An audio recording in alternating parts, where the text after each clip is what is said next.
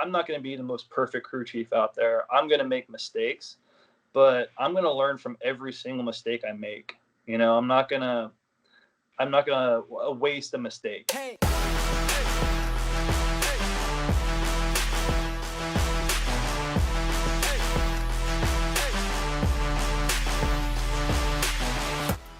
Hey, Derek Keys. I'm super excited to be talking to you today. Thank you so much for being on my podcast. Yeah, it's great to be here and great to be here talking with you. I got connected with you through Andrew and Rick. Andrew Lee, 2 times MotoAmerica Stock 1000 champion, and then Derek Lee, who's the team owner. Not Derek Lee. Rick. Okay. Okay. And I leave that stuff in the podcast, guys. So you're gonna laugh. But yeah, that's how I kind of kicked you. And I know you as the crew chief, right? But we had texted a little bit back and forth, and you've got a pretty cool history. You've done a lot of really, really neat things. Tell me about your childhood. How did you grow up, and how did you become, ultimately the crew chief? Yeah, I mean, it's a long story, but yeah, it's very interesting. Grew up in a junkyard in Florida.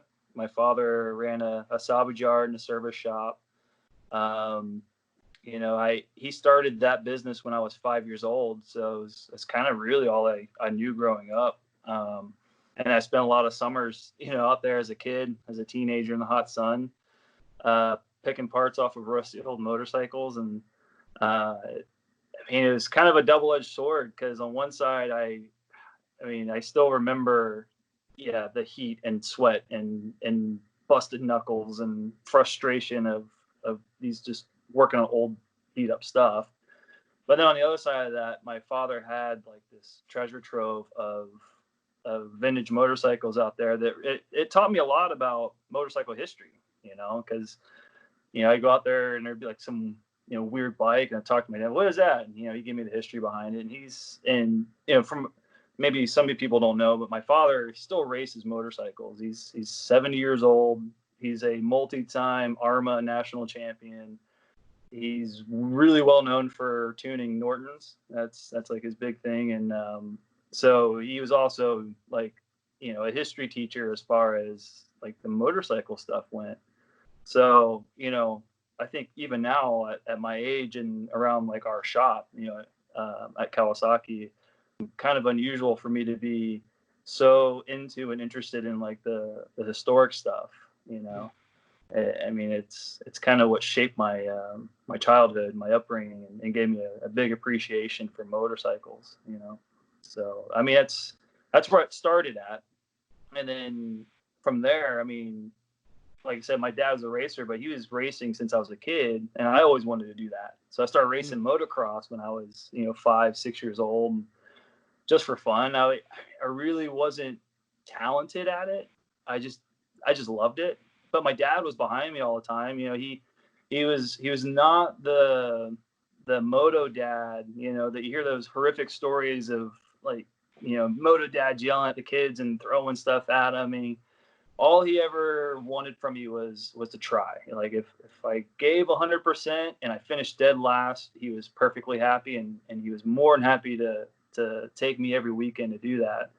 And it's actually something I do with my son now. My son reminds me a lot of me. He rides dirt bikes and he gets frustrated because he's not the fastest kid out there. But, I gave him the same speech that my dad gave me. He's like, as long as you're out there, giving 100%, I don't care if you're first or last, and that mentality is what, I had that growing up. So I had like this no pressure. I could, I didn't feel like I had to perform or anything like that.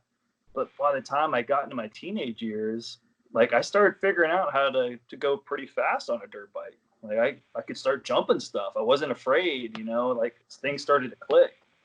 And, I did some of the amateur national stuff, racing motocross. I went to Loretta Lynn's, and I don't know if you know what that is or not, but, it's one of the, so Loretta Lynn's is one of the most prestigious amateur national races that we have. And it's a worldwide, event. It takes place every summer in Tennessee.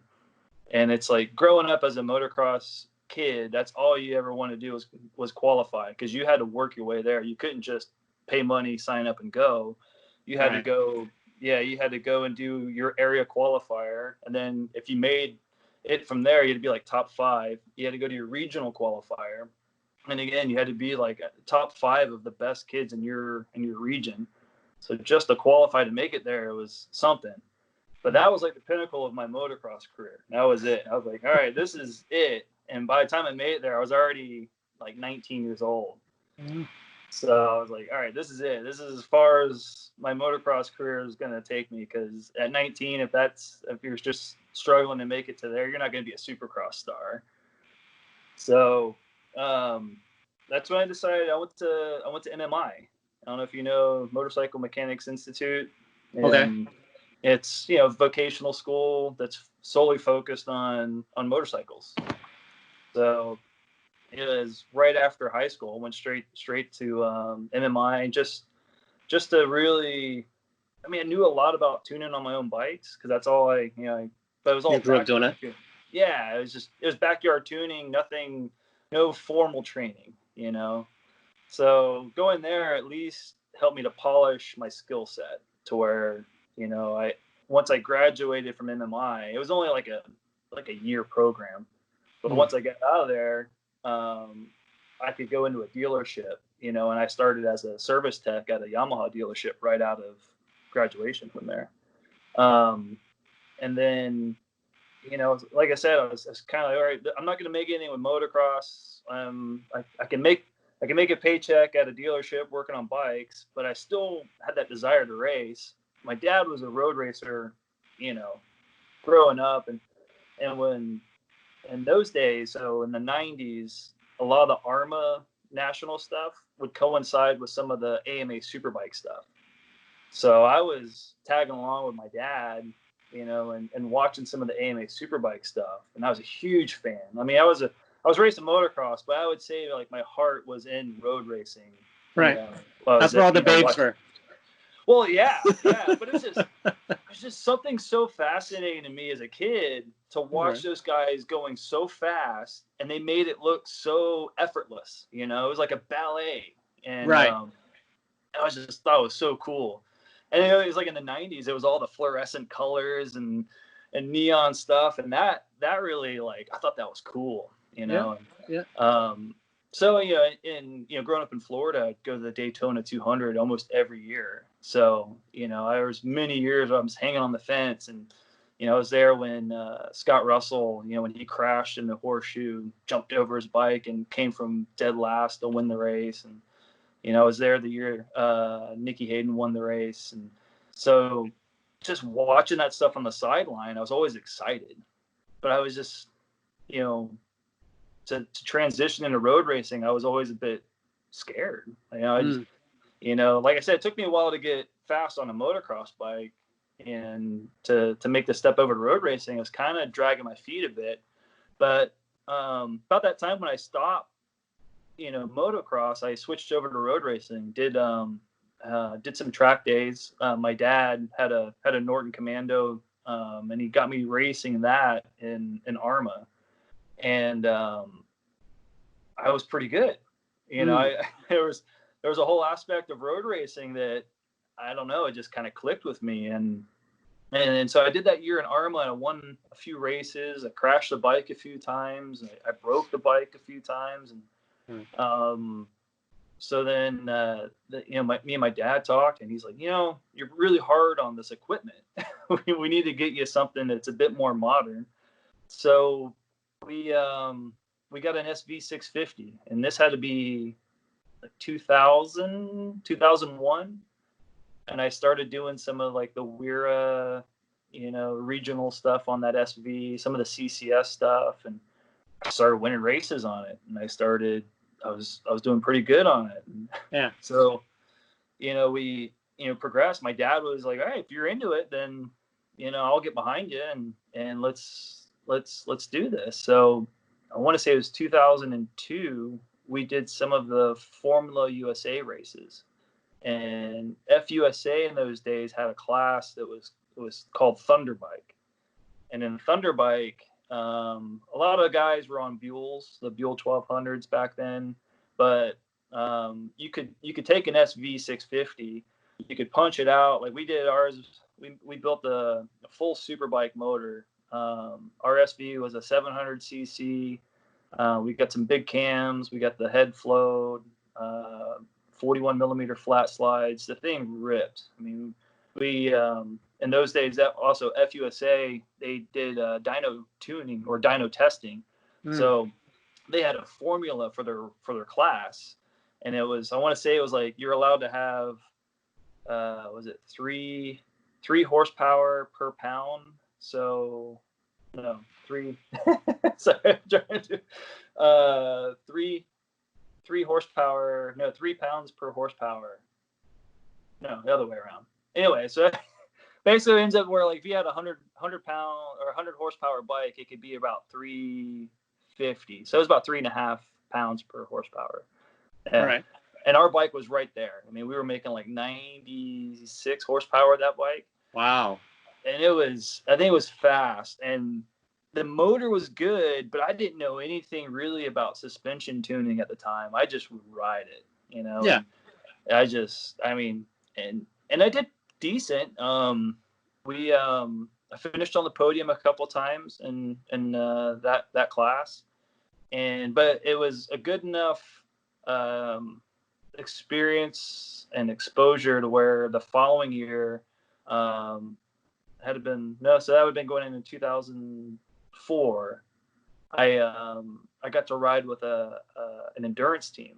So at that time, Wera had a national endurance series, and it was pretty big. And I got a call from a team called Dixie Mafia. Nice. Yeah, they were racing SVs, and so they asked if I would be interested in joining them. So I jumped on the bike and the team, and we did that season. So that was 2004, and we ended up winning the national championship that year. You know, oh, wow. In that class. Yeah. And then and during that time, I started to transition over into 600s. So I did my first AMA Pro race on an R6 in 04. And it was at Daytona, and I ended up crashing out of that race. I remember I was frustrated. I think I was running around 20th place. I was in Super Sport, and it was like 2 laps to the end, and I just tucked the front in the horseshoe, and I was really frustrated with myself.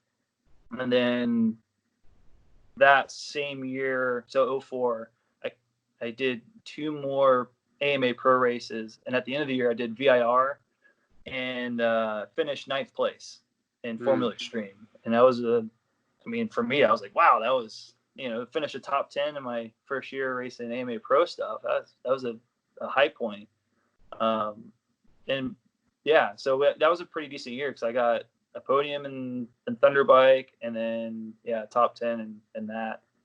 And then 2005, I decided to switch over to the Suzuki because they were paying good money then. The Suzuki Cup money was really good. But for whatever reason, I just never gelled with that bike. I went from the R6 to the GSX-R 600, and I struggled to match my lap times from the previous year. And I felt like I was riding better. Like I felt like my skill set had gotten better. I don't know. I just, for whatever reason, I just couldn't really gel with that bike. So it was kind of a flop year in 05, but in 05, it was like, all right, well, we're kind of out of money. It costs a lot of money to go racing, and I did a lot of racing. I was doing all the Wera Nationals. I did, some Formula USA stuff. I did as many of the East Coast side of the AMA Pro stuff as I could. I did the AMA road race nationals up at Mid-Ohio. So we spent a lot of money, and I had decent results, but nothing that was like spectacular. And I also started dating this girl. It's funny as this is a good story. At least I think it is. It's, I met this really hot Asian chick on MySpace. So dating ourselves, of course. Yeah, exactly. This is old. And she was an umbrella girl, which gave us a talking point, right? It's like, oh, you're an umbrella girl. I race motorcycles. So, it wasn't just a creeper. We had something in Right. common. So it Yeah. kind of, slid in there a bit. And she lived in California. I'm living in Florida. And I'm basically, honestly, I was living out of a van because I'm traveling all these races. Yeah. I still remember, like, so talking to her on the phone, traveling, I spent a whole month on the road. I went from, my home in Jacksonville, Florida, to a Wira National up in Grattan, Michigan, and then stayed with some friends and hit up the next Wira National.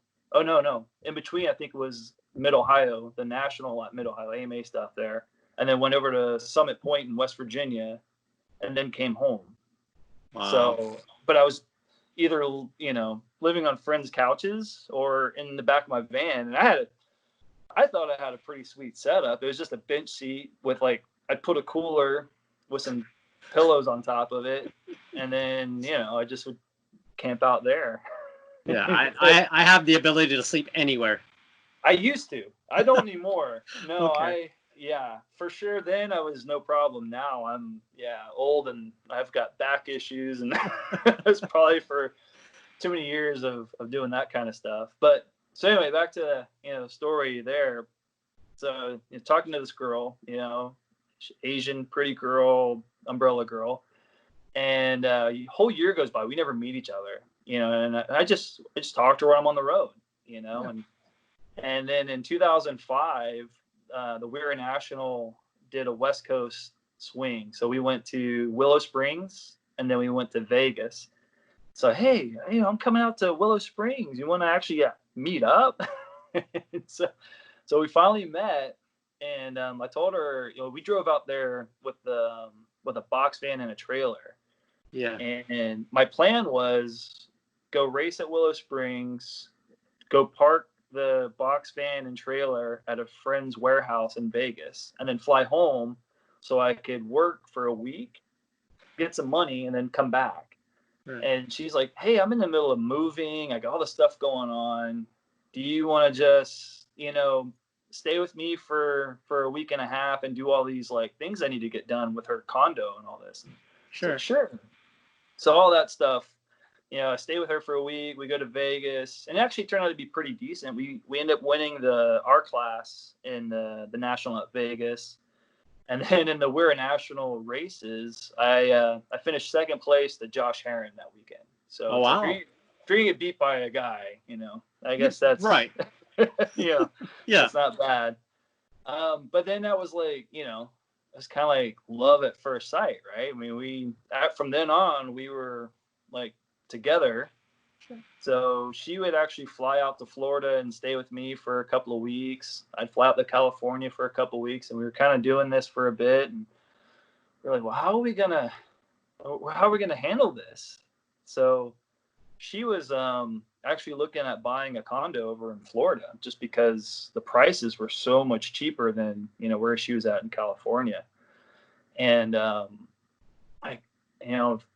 this time I was working for my dad, as a mechanic at his shop. And we always used to get the cycle news. I don't know if you remember cycle news back, in the late 90s, 2000s, that big newspaper. Of course. And they had the one ads in the back. Right. And I'm there, I'm like, okay, racing's not really panning out. I'm working at my dad's shop. I don't really like this. What opportunities are in the back of this thing? And so for how lucky it was, one day I'm sitting there and sure enough, there's an ad, Kawasaki Motor Corporation looking for R&D test rider, must have professional racing experience, must have motocross racing experience. I'm like, check. Yeah. I told my dad, he's like, send him your resume. Right. What's the worst that can happen? Yeah. Right. I mean, yeah. They'll just pass that along and I'll never hear from them. So send off my resume, and I'm telling my girlfriend, Cindy, at the time, I'm like, hey, I had this, there's this job out there that I sent out for. I don't know if I'll get it because I'm sure everyone's applying for it, but it'd be cool, I could move out to California. And she's like, oh, okay. kind of forgot about it. It'd been like a month or maybe more. Enough time went by to where I was kind of like, yeah, probably nothing came of it. Right. And then all of a sudden I got this phone call, from California, and it was from the guy who ended up being my boss, and he said, "Hey, we got your resume here, and we like what we see.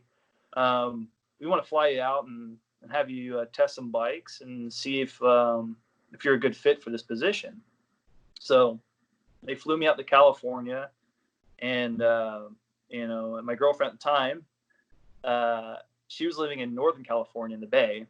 Her brother was living down in Orange County, and I told her, I was like, "Yeah, I'm going to a place called Irvine. You know where that's at?" She's like, "Oh yeah, my brother lives like 10 minutes down the road from Irvine." I was like, "Oh, cool." So she came down and met me, when I went in for my job interview. And basically my job interview was, they took me out to a motocross track and had me ride all the 450s, all the competitor 450s, and then fill out an evaluation form for each one. Wow. And I was like, all right. And I knew it was going to be a motocross test because he explained what they were doing. So I got back on the dirt bike. Sorry, I'm having technical difficulties on my, there we go. Yeah. Yeah. So, he told me that it would be a motocross test. So I got back on a dirt bike, leading up to that interview, so I could just resharpen my skill set and go out there, and was able to go out there and jump all the jumps and ride the bikes, and could tell all the differences, right? I can say, yeah, this bike does this does that. I can feel all this stuff.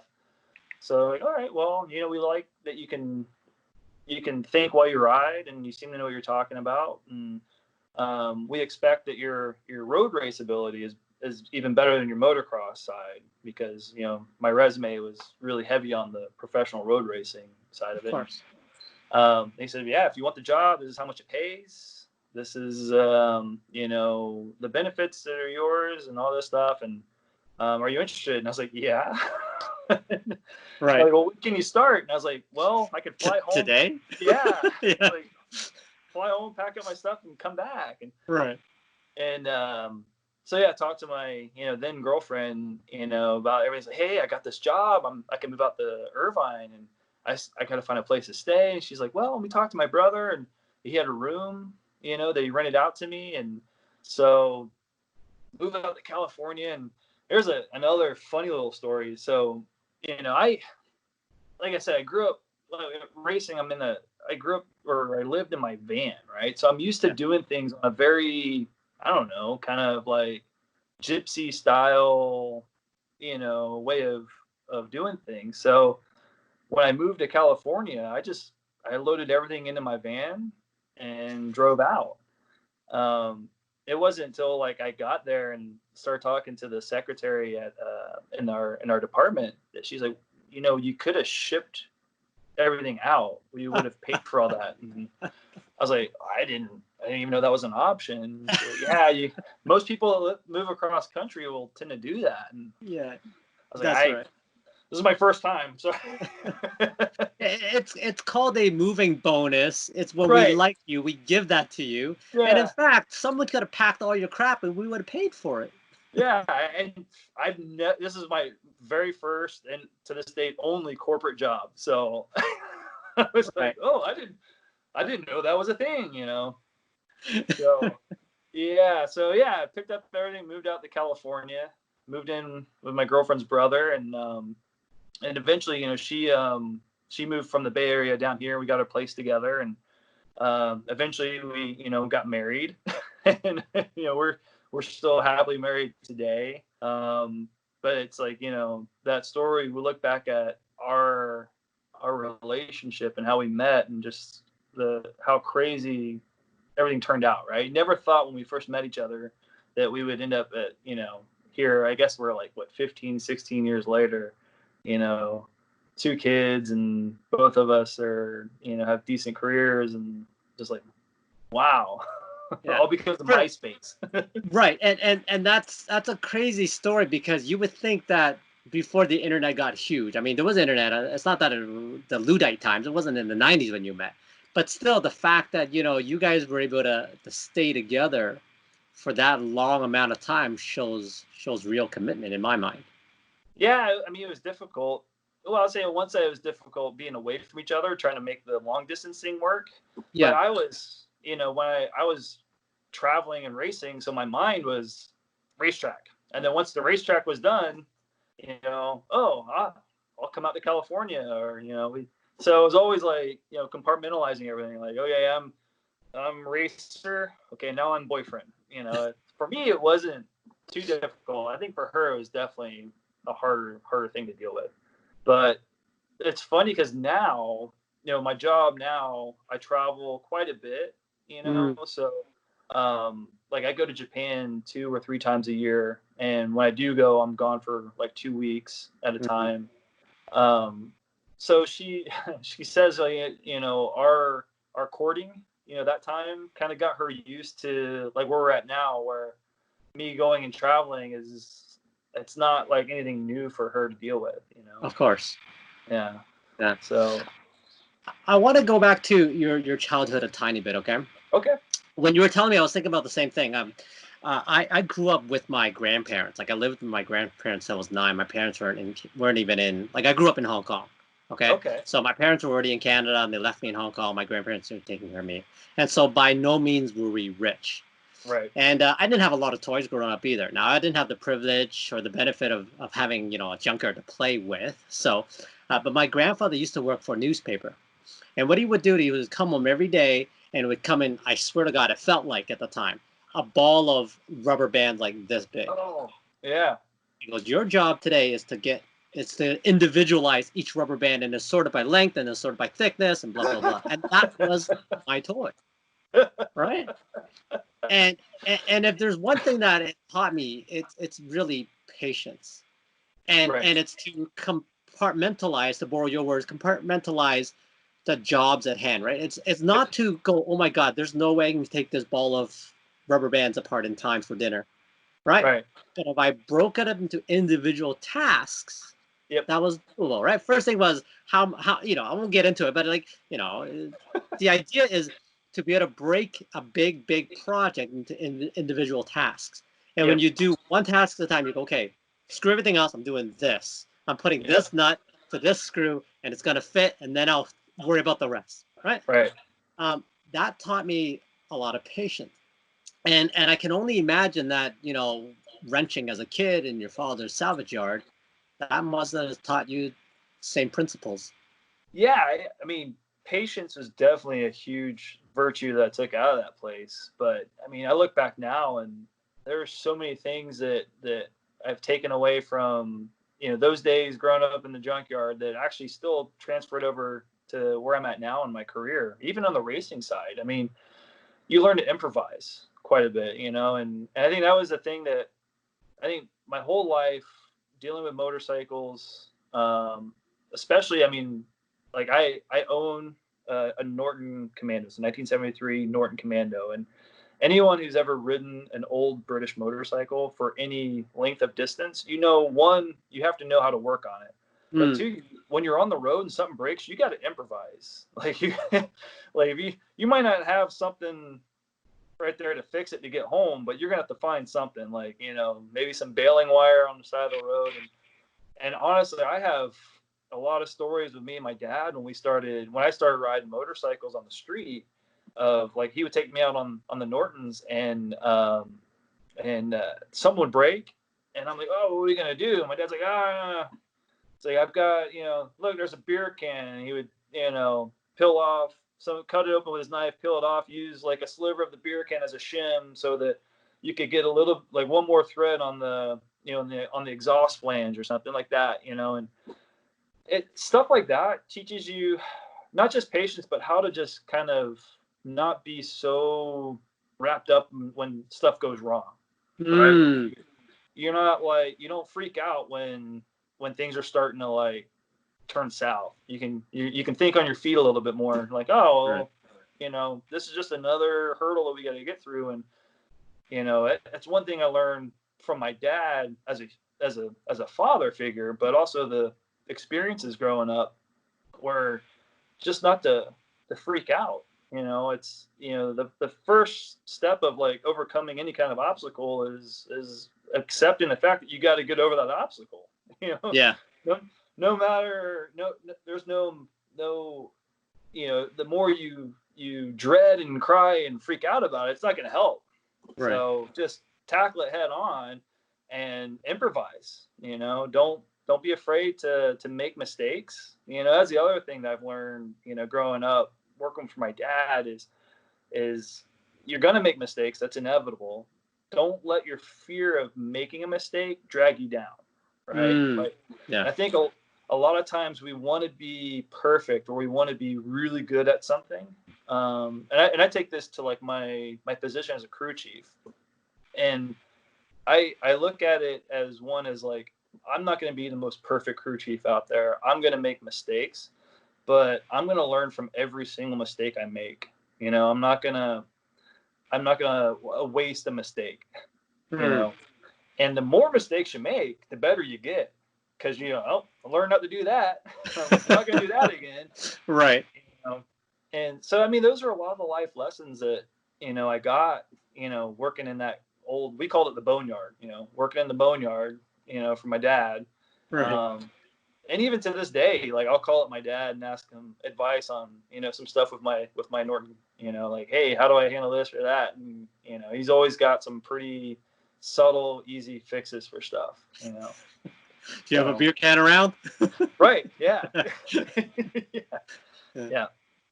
So yeah, I mean, but I don't know. That's kind of how I've looked at like motorcycling for me in my life, though. Is it's not just been like striving to accomplish something. It's just enjoying where it's taken me. It's like I said, I've gone from a junkyard, to traveling the world testing motorcycles. And I get to go to the racetrack and help out a young guy like Andrew. And so motorcycles have taken me on a pretty rad journey through life.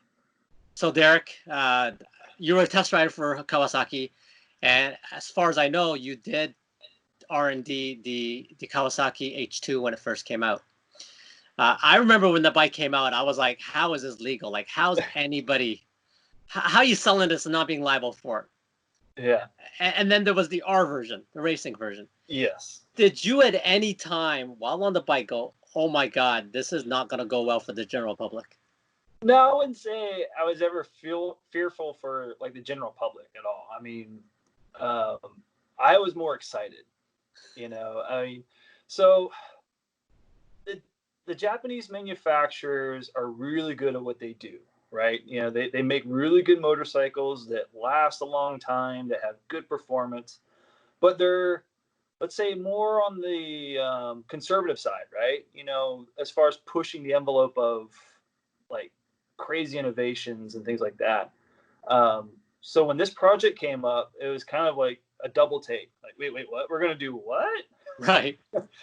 So the H2 is gonna be one of those projects that I'll always remember, right? It's an iconic motorcycle, and still to this day, it's the only supercharged production bike, right? So that project was unbelievable, so give some stories with that thing. It was a new kind of, I say, frontier in our development. I mean, we always do something or do our development in a certain way, Sure. I'm not going to go into too much detail because there's a lot of that stuff it's top secret information. I'm not allowed to talk a whole lot of details about it. But when we got into H2, we started to open up and do things a little bit different, and which made that project even more fun, and more exciting. But the first time I threw a leg over that bike, I was in Japan. We were at a special test track with a high speed area, and when you saw, it was in kilometers, once you saw you got past 320 kph, you're like, yeah, we're moving. Yeah. So I mean, and that's the fastest I've ever gone on a motorcycle, was when I got on that thing. And then on the R version, which is a de-restricted closed course only bike. We did our final testing with the R here in America. We went to this special proving grounds that had a huge. I want to say it was like a 7 mile long oval, and the banking was only, well, I think like 30 something degrees. So, and it was parabolic. Right. So you got on that thing, and you could probably kept in the throttle going around there, but we were testing with Bridgestone at the time, and we were specifically testing tires, and they didn't want say like an artificial tire failure because of the G forces and things that we were putting in at the time. But anyway, I mean, that was the fastest I've ever gone on a motorcycle, was, you know, out there in this close course situation. And we were actually modifying some of the things on the bike because we were going to take that bike to Bonneville. I don't know if you saw that we had a Japanese team that came over here to America and took that bike over to the Salt Flats, and right. You know, they set a speed record there. But we were testing some electronics and some things there, but we got that bike going, let's say, just north of 230 miles an hour. It's crazy. And then, you look back at that and you're just like, wow, that's pretty wild. Yeah. But to be a part of a project like that's always special. I mean, that's, like I said, it's something that's going to be with me forever. The memories with the people that we have, and it's a big team of guys. I mean, in Japan, they've got a whole group of test riders. Right. And for that project, I want to say there was like maybe 5 Japanese test riders, just for that project. And then, I came over and represented the U.S. market, and then there was a German test rider, who was there for the European market.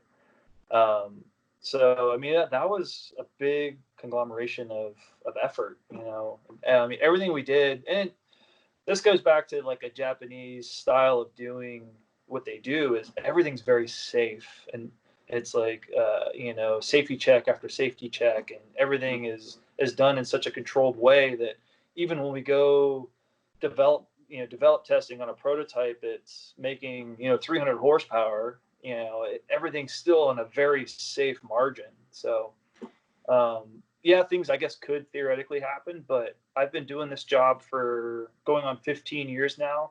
Yeah. And I've never had an instance where I felt like this is dangerous. Yeah. So I used to build a lot of PCs as a kid, right? okay. And so you finish a build or you do something, you look and you've got like 2 screws left, and you're like, whatever. Not worried. It's not like one of those with the manufacturers. Yeah, I'd still say in the mechanic world that happens every once in a while. But if you can look at that screw and be like, I know that's not super important. Yeah. Weight savings. Yeah, exactly. So that's cool. So you were a test rider, and then I know that you raced in Suzuka 8 hours, and Yep. not many people get to do that. No, it's also one of those motorcycle life journeys. Yeah. What is that like? It's amazing. I never thought that I would ever, well, first of all, I never thought I'd travel the world because of being a motorcycle test rider, but to get a chance to go race the Suzuka 8 hour. And I'm a huge fan of the sport. So since I was a kid, I would always wait for the the Suzuka like racing stuff to come in the magazines, because you would see all the new cool bikes, because that's where a lot of the Japanese manufacturers would kind of try new things. So I always had a fascination with the 8 hour, as a kid. And then doing this job, I got to know the Japanese test riders really well. We're really good buddies. We still talk to each other. We send each other text messages to see, everyone's doing okay and that kind of thing. And it really is kind of like a family environment. And we share that passion for racing. So the more involved I got on the Japan side of Kawasaki, I learned they have like this historic racing team. It's part of the R&D department. It's called Team 38. So it started in the 70s as a development test team that they would use to try different parts Maybe they want to try some technology that they eventually would put into production, but it was all, Kawasaki test riders. And the whole basis of it was that they would use a production bike. Like they would never take like a purpose-built race bike, because I'm trying to remember this now, like in the, I think, late 70s going into the 80s, the evolution of like the KZ 1000 was going, they started to do some more things with that, which eventually led into the GPZ 900. And the factory team was racing some of the trick parts, where the R&D team was still on the production-based bike with just some stuff added to it. So this was like it's a long historic tradition with this team, Team 38, and it gets its name from the R&D building over at KHI, Kawasaki Heavy Industries. The R&D building is number 38. Like when you walk in there, it's pretty neat. It's a very old school factory, and they just had these numbers on the side of the building, and that was it. So I got to know these guys pretty well, and like I said, we're becoming good buddies. So they invited me over to do the 8 hour. That was one of their like traditional things, is they put together kind of a privateer effort to go race the 8 hour. And I was like, I'll do you're it. down. Yeah, exactly. Yeah. So they made it really affordable. I mean, everyone had to chip in, their own money and to pay for supplies. But, since I was coming from, overseas, they didn't have me put in as much as some of the others. But even when I would come over there for my normal work trips, I would stay an extra day or two and then help them prepare the bike. Or, it's a very hands-on team. Yeah. And then the bike that we raced, so I raced it for 3 years, and the bike always was pretty much the same. It was a standard ZX10 on standard suspension with stock brakes. What? That's crazy. And But then they built the motor to the to like a racing specification. So you had a lot of horsepower with no chassis really to handle it.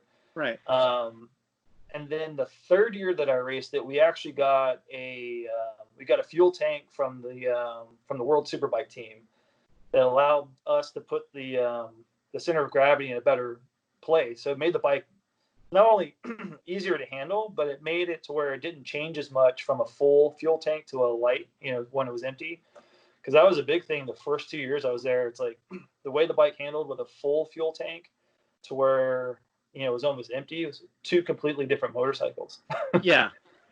So, but it was a great experience because of the situation, right? We're running these like pretty much stock bikes that we all kind of put our hands in.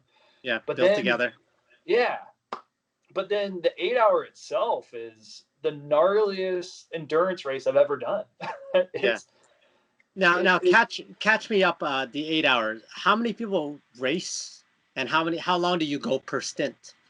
So there's typically like 70 teams, or about, give or take, and each team you're allowed up to 3 riders, and then you're allowed to have one kind of like on call, like if a guy gets hurt during the weekend. Right. Most of like the factory teams, they'll run only 2 riders, because those are like their, say, ace riders. Those are the guys that can run, race pace every lap for their stints. And we were doing 1 hour stints. We were, wow. It's about 25, 26 laps. Yeah. And so you're basically doing 3 like superbike distance races back to back to back. And I did 3 stints. My last stint, I was the last one on the bike each year, and which goes into the nighttime, which is a cool experience because I don't know how familiar you are with the Suzuka circuit, but they have a kind of a famous Ferris wheel, right? Okay. And at night they light it all up, and it's like it's cool. It's like this carnival atmosphere that's going on in the main grandstands. You got this Ferris wheel, it's all lit up. But when you're on the bike, you're in the back half of the track, and it's completely dark. You don't really see anything, and you're really relying on your headlight to find your apex and where Wow. the edge of the track is. And all of a sudden you kind of you see the glow getting Right. closer, and you come down this, the back straight into the fast left, and it's that final chicane. All of a sudden it's like your eyes have to get used to it, because you're going from pitch dark trying to find your line, and it's like boom, and it's just like, it's just cool. Like, you got that glowing, Ferris wheel and the atmosphere, and you're just like, wow, this is pretty rad. So the Yeah. experience it's another one of those, like, I'll always have that memory, and it's the fans there are phenomenal. Like, I mean, we were like a mid-pack team. Our best finish was 13th. Yeah. But that's still amazing. It is pretty good, but Yeah. we're not superstars. We're not a factory team. But the third year when I came back, there was already fans coming to get my autograph because they'd been there, the 2 years before, and they're Wow. bringing me pictures of myself, and I'm just like, wow, I'm not anyone famous or special, but the Japanese motorcycle racing fans are just some of the best in the world, and they're so, like, they're they're courteous, they're so respectful, they don't want to take up your time, and they're very, respectful of not invading your area. And it's just, and even at the end of the race, you see the races over in Europe, like, they just storm the That's track right. and chaos. Yeah. Well, the Japanese fans, they'll come down to the edge of the track, and they'll give you high fives, and then they'll wait until they open up the pit lane to be allowed in. And I've never seen it like that. And the Japanese culture is something that I have a huge respect for, Mm. because of, like, things like that, you're just like, wow, people, like, in America, you don't act that way, as a group, and in society. But Yeah. it's a pretty wild experience. And I will say, like, the first year I did it, I was not ready. Mm. It's in the middle of summer, and Yeah. Japanese That's hot. summers are, it's 90% humidity, it's 90 That's right. degrees. It is like probably the worst racing conditions you could ever imagine to be in, as far as, you got to go fast. You can't have brain fade and crash or make a mistake. You got to be on every lap, every corner. Then you get off the bike, and you've got an hour or so to recover and go back and do it again. So my first year there, I was like, I didn't know that this is how hard it was. So then I started training harder, for the next 2 years I went. I actually started doing hot yoga just to get used to, like, humidity, Yeah. and working out in that. And I lost, let's say, the first year I raced it, I was about 165 pounds. And the last year I raced it, with all the training I did, I got down to 155, but it was like lean and Yeah. fit. Yeah. Yeah. So, I mean, it was an eye-opening experience to see what it takes, and then to see the top guys, that how they were able to do that, and, like, especially when they have only two guys, it's, they get less rest, and they're running the same pace every lap that they're out there. And it's amazing. Interesting. So I have a lot of Yeah. respect for the guys that go out there and win that race. It's pretty gnarly. That's incredible, because I obviously I don't know anybody, or maybe not obvious, but I don't know anybody who's ever done the Suzuka 8 hours. The only thing that comes somewhat close is I have a really old friend of mine. He's a lot older, but he's like a friend, family friend, and he used to do Le Mans racing, till 24-hour Le Mans for Yep. Porsche, and his stories are insane as well. And I actually want him on the podcast one day, but he's like, like, you would just piss in your suit because you're not going to stop. No. Yeah. And he goes, you sweat so much, you can't even tell anyway by Right. the end of it. And I think the So, car guys do double stints too. They're in for quite a bit of time. So, right. but Andrew, he went and raced the 8 hour as well. I don't know if you guys talked about that or not. Yeah. But yeah, so I was able to pull some strings from my experiences over there with some of the guys I knew, and was able to get him onto a team there, and 2018. And the thing is about the Suzuka 8-hour, especially for Andrew, it was a huge learning experience for him. The thing about endurance racing is that it forces you to be, well, one, it forces you to relax, right? Like, you can't run every single lap just like manhandling the bike. And right. You got to relax, but then also you learn how to be consistent. You learn how to hit your marks consistently. And it's a great way to learn how to go fast without having to like try super hard. And then when Andrew went over, I went over there with him when he raced it, and he was forced to race a bike that wasn't set up for him.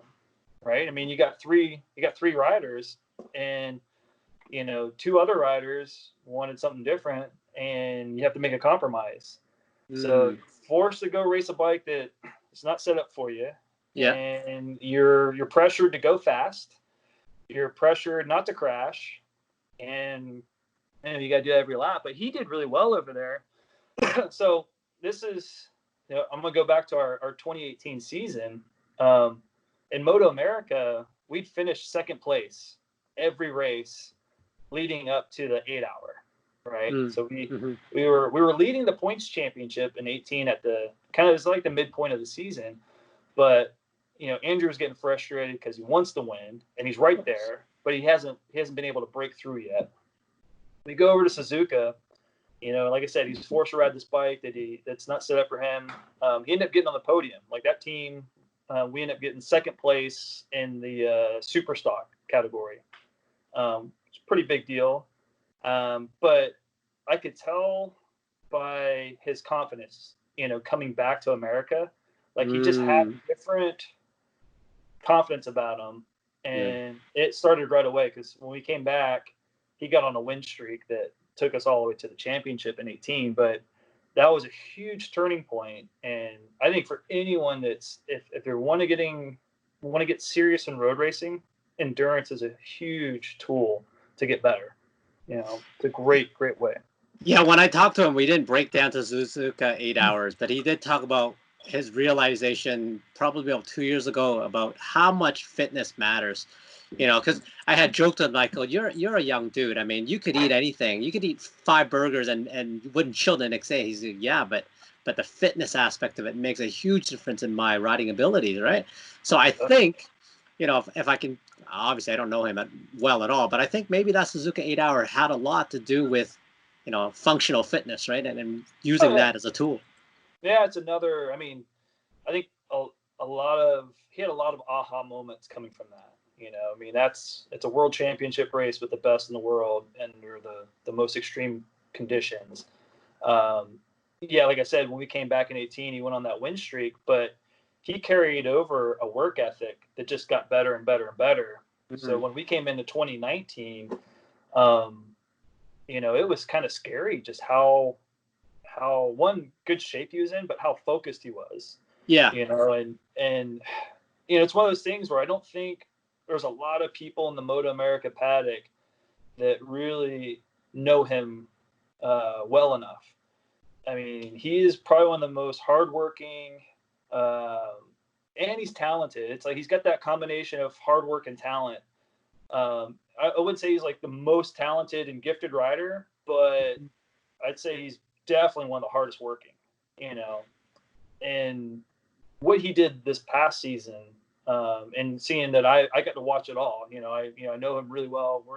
We don't just have that crew chief racer relationship and that's it. We still talk and we're good friends, but seeing the things that he was doing that not a lot of people were seeing on the backside of it, and the work that he put into it, especially when he had that injury, and I'm not sure people really know how serious that injury was.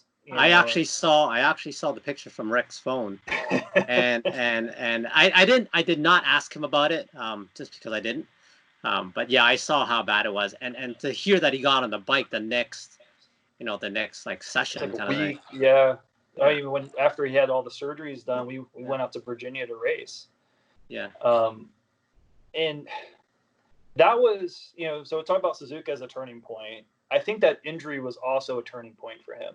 Mm. I think all of us, we grow when we have adversity in our lives, right? When we have to get through something difficult is when we grow as people. Our character gets better. And I think that was what happened for Andrew dealing with that injury. You know, he put himself in a situation there where it was his decision. Well, first it was his decision to keep the finger because there was an option to cut it off. Yeah. And me and him were talking about that, and I was kind of helping him weigh out the pros and cons of that. I was like, well, the pros are they cut it clean and the recovery time's really quick, and you can get back to racing without having to worry about that injured finger.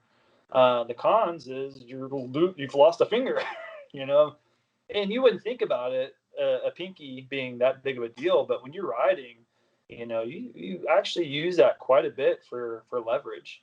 Mm. And he didn't even realize that till that first practice session when he had that thing all gauzed up and hanging out in the wind, that it really affects you. So, but that situation it was another turning point situation for him in his racing career where I think it forced him to dig deep, and that was our worst race of the year is at Virginia. He finished fourth place, but talking to him after in our debrief, that was the most, I wouldn't say like angry, but just I'm never gonna let that happen again kind of feeling. And then we rolled on to the next round where it was probably worse. Like the pain level was even worse because he was dealing with infections and the thing was still trying to heal. But to watch him battle through it and dig deep in himself, I think that stepped him up to the next level because as soon as he was 100% healthy, he went undefeated. He just went to another level, and it's cool. It's cool watching or being able to watch a kid like him grow and go through these things and how it shapes him, and as a racer. So, but yeah. Yeah, one of the things I found really, really nifty about him is, and I had never met him before, before I had spoke with him. So I'm not trying to like make him, like this cool guy that I know. Like I'm really not, and this is genuine. Is what I found really neat is, when you think about it, I know a lot of people look at him and go, "Oh, he's 21, he's a kid," right? And you say it, I think it occasionally, right? But I was talking to the wife, and I go, "But you know what's really crazy? He's been doing it for 17 years. That's longer than your career. That's longer than my career." Yeah. So when you think about it, he's not a young guy. He's not a kid. This guy's a veteran, right? He's got so it's cool. Yeah. Yeah, and I think it's something else with him. You don't see it in a whole lot of say younger racers. Is he's got this maturity about him. Yeah. And he's a thinker. He's not one of those guys who goes racing and just turns his brain off and just sends it. He's a very calculated racer where, when he gets off the bike, me and him have our debriefs about the technical side, what's going on with the bike and all that stuff. But, I'd say the next part of that is, okay, well, what are you doing on the bike? What are things that you can change or maybe a different line? And that's when he'll go up and he'll talk with Jason Pridmore. That's his rider coach. And they'll just kind of dissect the things that he's doing on the bike, the movements, the way he's braking and how it's making the bike react. And, he's actually pretty easy to tune for, on a crew chief side, because he'll figure out the things that he's doing to make the bike work. Right. He's not a complainer. He's never been one of those guys who will come in and be like, the bike is complete crap. It's garbage. We got to change everything. He'll take the responsibility on himself, first. And in some ways that's kind of a bad thing because maybe there is something that we could change on the bike that would make his job easier. Yeah. And that's something, I've worked with him for 3 years now, and, we've got a pretty good, like language and feel for each other. So it's like clockwork with us now. But that was some of the things that, in the beginning that we had to figure out. I was like, okay, is it me? Is it the bike?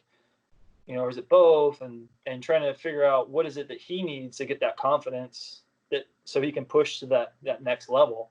But like I said, he's a thinking rider. He always wants to go back, analyze video, analyze what he's doing, watch what his competitors are doing, and make a plan. We always had a plan. We always would get together as a team, talk about here's our plan A, plan B. This is in the race. This guy has this pace, but he's only shown that he's had that pace for a couple laps. Where you might have to battle with him for a few laps, but if you continue to be on your pace, you're going to gap them because they can't maintain. So there's always strategy involved with him. He's never just twist the throttle and wing it kind of guy. Wow, and that's pretty cool to me, right? Because look, I mean, for everyone who's ever been on a motorcycle, who's listening to this podcast and ridden a bike, you know how little time you have to think, right? When you're going fast. So now you've got a guy who's already going fast. He's got pressure to go fast, and he's got to think about and remember what's bike number 3 going to do, what's bike number 26 is going to do, when can I gap him and where. That's ridiculous. It's a lot going on. Yeah. No, I give him a lot of credit, and that's it's the reason why he's a 2-time champ. I mean, So as a crew chief, you know what? Surprisingly, are you like then the COO of this team? If Rick is the CEO because he owns the thing, are you then the chief operating officer? Oh, yeah. I think I lost you there. Oh, yeah, you froze for a second. Okay, you're back. Oh, you're all frozen now. Okay.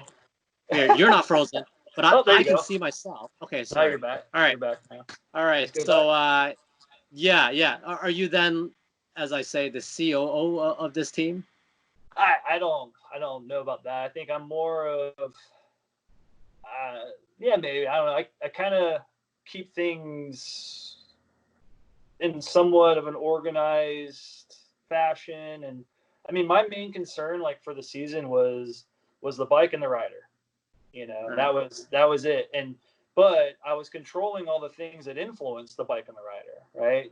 I mean, we shared travel with two other riders, and when you share travel with 2 other riders, it makes some complications with are you guys going to be here at this time to do maintenance on your bike? Because I need to do maintenance on this bike, and everything's together, and just trying to coordinate everything, and then also working together, and it worked out pretty well. Our team, we were sharing space with people, but it worked pretty well. But a lot of the stuff that I was doing was trying to organize some of the stuff.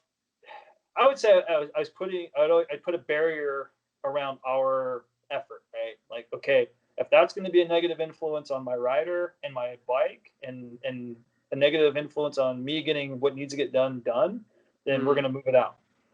And that was something I think Rick was really good at. I don't know that he's really touched on that part of it too much, but he was really good at filling in those gaps in our team where, okay, I'm focused on the bike and I'm focused on the rider. I don't have time to deal with this, and this.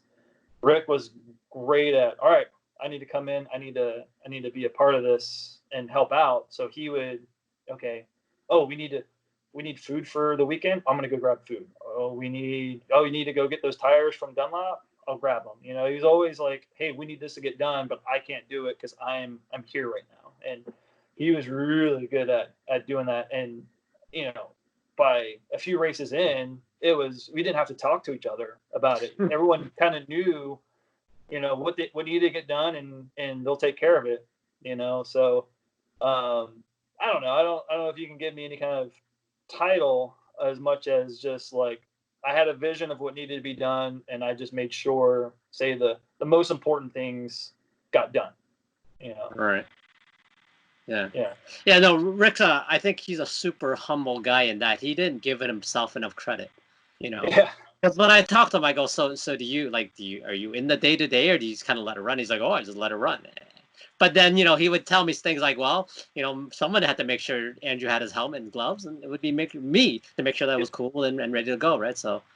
No, yeah, and that's he had no qualms with going to do that kind of stuff, and that's it's something me and Andrew talked about is our team needs to have the right vibe, right? Mm. I mean, you can get people involved in your team that are really good at what they do, but if they just don't bring the like a, it's not even like a negative vibe, but just something just doesn't mesh well with what you have going on, right? It just it causes some kind of a friction in there that just it kind of feels heavy, you know. So you got to bring in people that are good at what they do, but also just fit into your into your dynamic, you know. Yeah. And really this year we had that, you know. Our main crew was just me, Dylan, and Rick, and then Andrew's dad when he could, Eddie, he would come and help us as well. um, so we were flowing. You know, we knew what had to be done when it had to be done. Even during our sessions when there was time to like, all right, we're gonna do a tire change. We got to put 4 liters of fuel in. Everyone was on the same page to where it wasn't like, what are you doing? We gotta get this or what. Everyone knew what needed to get done, and it flowed. And then outside the track, we'd all go out to dinner, and I mean, we would have the greatest time. We were Yeah. just goofing off, and we would have just a legit like bond of like just like brothers, right? You know. Yeah. So I mean that's a big part of success, I think, in anything, but specifically for racing. You know, that was a huge part of it. And I mean, we talk about it, so you can look around the MotoAmerica paddock and you can tell which teams vibe and which ones don't, Mm. and I mean, sometimes it gets to be too business oriented, right? Or it's kind of, we're doing this because, this is what the budget can handle. And it kind of gets corporate. And in some ways, I guess it should be, where we're lucky, where we're not like on a corporate team or anything like that. We're still privateers, so we can kind of do things our own way, which allows us to be, I think, a little bit more carefree with some of the things that we do. But Yeah. yeah, I mean, that was a huge key to our success, was just being, I don't know, just a happy group of guys. That's important. I think in life and in work, Yeah, honestly, if you're happy, A, it's not a job, and B, that breeds success. I believe that as well. Yeah. yeah, Uh, absolutely.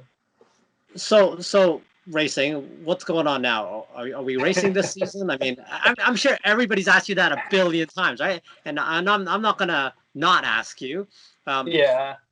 Well, it looks like MotoAmerica is getting something going. Our original plan, well, I'd say, Andrew was trying hard over the offseason to get the budget together to make the move to Superbike, right? Sure.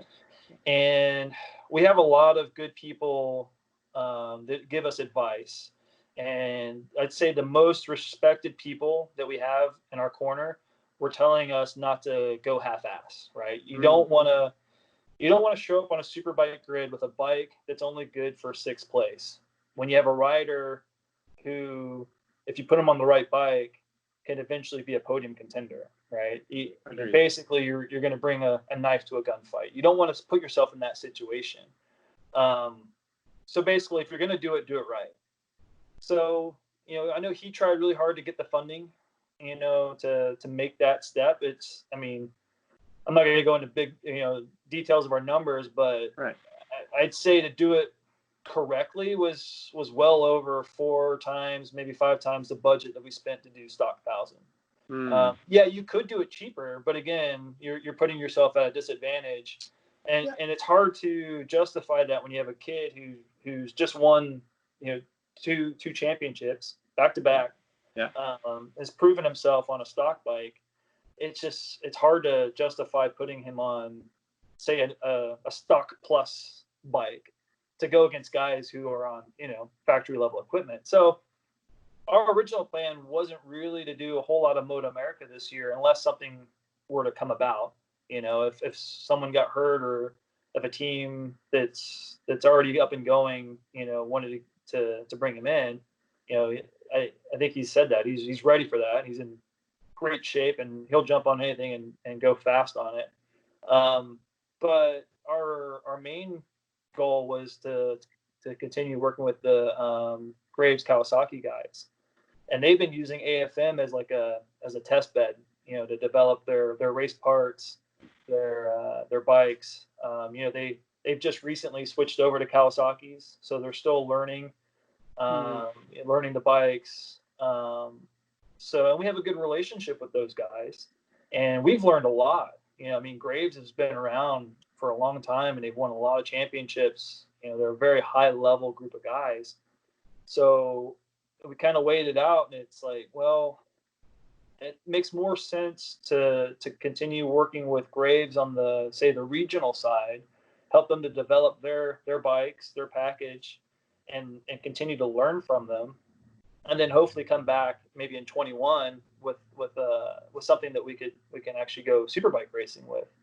But then this whole virus thing put everything upside down. Yeah. So it's, I mean, I don't think anyone really knows for sure how this is all going to play out as far as a racing series is. Like I said, MotoAmerica is going to go racing, I think, in 2 weeks up at Road America. That's right. And then a month later, they're going to race there again. But it really depends on all the other states, right? If they allow sporting events to happen, if they can get some other, rounds in. So I like to be optimistic and think that once it gets started, it'll snowball, and we'll be racing again. Yeah. But I don't know. I mean, I don't think anyone really knows. Yeah. I don't know. Deep down inside, I just want everything to go back to normal. Of course. I wonder how different the experience will be when you're riding on a bike and there's nobody cheering you on, because they're not going to have fans in the stands, right? Right. And it's going to affect some riders more than others. There are definitely riders who say rise to the occasion when there's like fans and there's something to push for, and Yeah. so I think there's going to be some riders who find it difficult to get the most out of themselves, but I don't know. I think in the end of the day, racers are racers, and if their competitors right there in front of them, they're going to be pushing 110% to be to get past them. So I don't know. It's a bummer for sure, especially Road America. I think anyone who's been in the MotoAmerica or AMA paddock for long enough will tell you Road America brings out some of the best fans. It's like that Midwest motorcycle racing fan in America. That it's always awesome to see those people. They love it. And Yeah. so to go to Road America and not have anyone there, it's like a double bummer. So I mean, it's like those are some of the best fans that we have, and now we can't interact with them. So Yeah. I don't know. I'm hoping that we start to figure out ways to be safe and still gather, and especially I think more than anything is just everyone needs to feel safe. Because I look around at all the data, and it's like you got data saying this and data saying that, and it's hard to really understand what is honestly the truth. I tend to always kind of fall in the middle, with all that kind of stuff. If we could just feel safe enough to be in groups again, we can go racing and we can do sports again, Yeah. But I don't know. I still feel like that's probably far off. Unfortunately, it's far off, and I think we're getting to the point where we're overly scared of what's going on. Yeah, it's gotten ridiculous, right? I mean, I don't know, man. I want to be respectful, right? And I'm not a conspiracy theory guy. I get it. I've got parents. I've got in-laws. They're at that age where you got to be careful. But man, I hate not being outside. I'll tell you what, my wife is a conspiracy theorist, and she'll send me some stuff, and most of the time I'm like, yeah, okay, but then there's some stuff I'm like, yeah, maybe, but then I also have friends who are on the other side, and and I don't know, I kind of feel the same, like it's a bit of an overreaction, but honestly, in stuff like this, it's like history will tell us, when we look back at it, that's the only way we'll really know how big of an impact it was. So I don't know. It's difficult. It really sucks. Just not having racing, not having even, if I wasn't at MotoAmerica, I was pulling up MotoGP. I'm a subscriber to that, and I subscribe to World Superbike, and Right. I've got friends that work in World Superbike, and and seeing them, like, right now they're usually in their busy time, and it's just all that stuff kind of just sucks. Yeah, it does. Now, I'll be very selfish and I'll say it doesn't suck for me because I just started this podcast, and there are people in the industry who are like, we got time to talk. Like Yeah, we got I time. talked to Andrew for over an hour, and like it didn't feel like it was that long, and I'm like, holy cow! In a regular normal world, I'd get 5 minutes and be like, I gotta go. Yep. Yeah, I Right? gotta go. Yeah. Yeah. So So let me ask you this. It sounds like you're having a lot of fun in life and being a crew chief, but in every profession, every job, no matter how much you love it, there's always good at one thing. You're like, man, this sucks. Okay, and I'll give you a little bit of what I'm talking about. Right now, I'm kind of a manager of a bunch of interns. Okay, and there's 7 of them. And long story short is, the hardest part is that they're younger guys, right? right. So when you expect something to be done, there isn't that level of trust that you would with a more veteran of the team. Okay, Yep. so the hardest part is that letting it go. Yep. What is the hardest part of your job being a crew chief? I can definitely see eye to eye with that a bit. I'd say the beginning, was always hard to trust anyone to do anything on the bike, right? I had to have my hands on everything just because there's a certain way I like to do things. I've worked for Kawasaki for so long. I've got a lot of experience with our bikes and a lot of experience. I mean, working directly with Japanese engineers to where, I've learned to do things in a proper way. Kind of like you're saying, it's hard to just kind of let someone else do that when you're like, you need to. Uh, but like I said, beginning was like that. Again, we have a chassis tech with Dylan. I trust that guy to do everything because I know the one thing about him, and this is something I think can cross over to any genre, is if he gets to a point where he really doesn't know if it's the right way to go, he'll ask. He won't take it upon himself just to do it. He's not Mm, afraid to ask. And to me, that's priceless. If you got someone who, you could tell him, hey, I want you to do X, Y, and Z, and he gets through all that, and he's like, and then there's a wild card that shows up. He's like, oh well, what about this? And he has the wherewithal to stop, be like, hey, how do you want me to handle this? You teach him, oh, in this situation, I want it done like this. Okay, got it. And then that's the only time you have to ever tell him. It just takes a load off of my shoulders where I'm like, oh, okay, I can trust him to go do this the way I want it to be done. mm, And so yeah, letting go is definitely a hard part. And I'm not really good at bossing people around, right? mm. Um, I just don't have that, like, you need to do this and get that, and I'm just not that. I don't have that personality. So I need to interact with people who can take kind of like a more softer suggestion and not Right.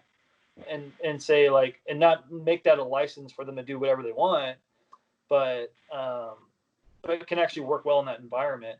And there are times, I mean, there's times like this year where I've had to like, no, you can't do it like that, or but it's very rare. I just Yeah. don't have that, and I don't know, maybe that's something I wish more of myself, to be a bit more of a hard ass.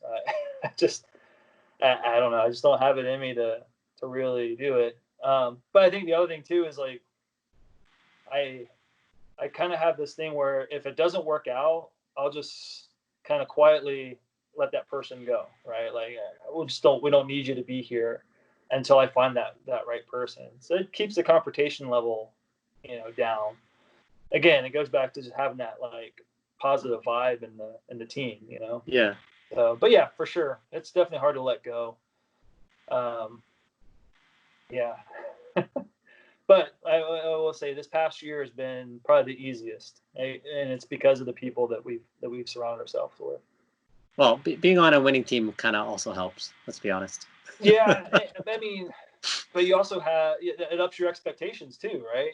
Sure. I mean, when you invite people to be a part of your team, there is an expectation, and not just that. I mean, we don't have any official, on the racing side. We don't have an official say, contact or cooperation or cooperation with Kawasaki, right? I mean, we're not an official Kawasaki racing team, but, and it's something that I tell our guys, we still represent them because we're a Kawasaki that's winning races, you know, and they use us on their win ads.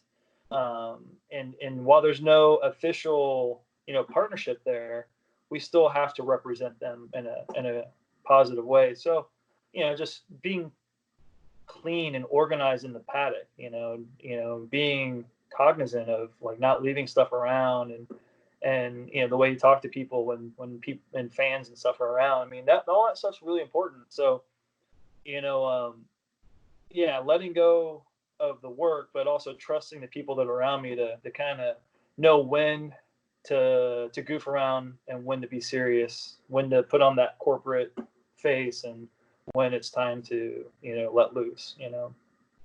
So final question before I let you go. Okay. Do you have a hobby that you'd like to do outside of racing? Because it sounds like you are just, you know. I mean, yeah, motorcycles definitely, I'd say 95% of my my life. I'd say during this quarantine time, I started getting back on my mountain bike, and that has become another favorite hobby. You know, so if I'm not on a motorcycle or taking my kids out to the motocross track, I'll jump on my mountain bike, and it's, for me, it's a great way to just get away from stuff. You know, like so during quarantine, I was home for over 2 months. You know, they had us in lockdown. Right. But you know, in California, they said you could still go for walks and you could still go hiking and mountain biking as long as you're not in big groups and all that. So I think after a few days of being stuck inside with the wife, the kids, and things like that, like, yeah, I'm gonna go dust off the mountain bike and go for a ride. But it, you know, during this time, it's got me back on that, where I've gone quite a bit here recently and starting to get back in the flow of that. And I've been crashing that thing a few times, and but yeah, I'd say that's probably the only like real hobby I have outside of work and racing and everything. Oh, that's awesome. Well, hey, thank you so much for your time. I really enjoyed it, by the way. I'm really glad that, you know, Andrew and Rick, you know, put us together. So I really appreciate that. Yeah, it's been fun. Thanks for having me come chat with you. Yeah, no worries. Okay, so I don't know. We'll see where the racing, you know, goes, if it happens this year at all.